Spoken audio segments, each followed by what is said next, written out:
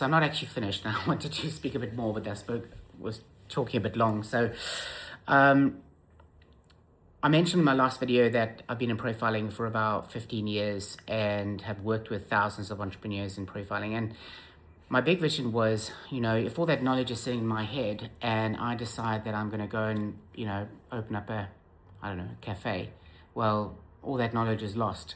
But the whole vision and the whole thought process of our platform is, how do we make profiling more accessible in this term of applied profiling? How do we make it more integratable? How do we make everyone have the opportunity to understand their results without needing to go through this process of, intensifying with a coach, etc.? And to be honest, there's been a thought process about, well, what about coaches then? Is this going to stop them from, doing the work they do? And the actual result, and we work with a lot of coaches that we've built custom systems for and even use our generic tools. And it's not about replacing them. It's about making their work more efficient and more transformational. Because if you think about it, at the end of the day, a coach having to do a debrief, that's an hour that they're spending with the person. Now, if they do that 1 hour every day, that debrief of someone, that's 30, 28, 22 hours a month that they're using doing things that could be done by a system and automation, a dynamic report, a dynamic engagement, as opposed to having to be one-to-one. And so the thought process of that starts with this kind of understanding and expanding the thought process of, well, what could we do if we took profiling and we made it more usable, more integratable, more accessible for more people.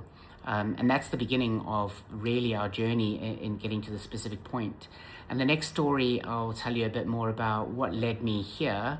I know I haven't said what we do yet, but I want to share a little bit about the journey that kind of led us to this place, because I think there's an important thing to understand here of being an entrepreneur, that,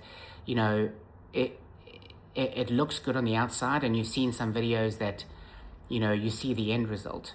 And the reality is you don't see the 3.5 years of actual pain and crying and, running out of money and borrowing money and trying to convince people that there's something here, and then raising money again, and then doing something, and then that not working.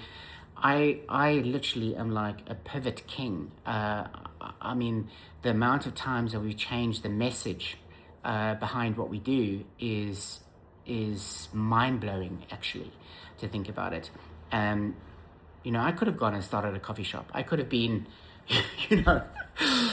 what do people want every day? They go get a coffee. It's such an easy business. And I don't mean that offensively to anybody who runs coffee shops. I know that it's a challenging, any business is challenging to do, to build the trust and to get the customers in.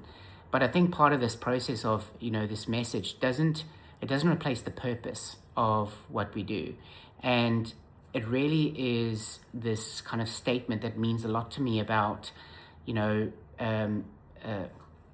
this thought process of taking backward-facing or backward-looking psychometrics and profiling and turning it into, forward-facing behavioral intelligence.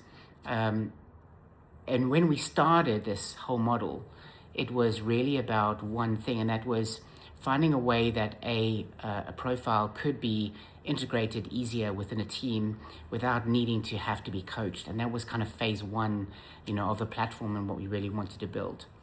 I'll talk to you again.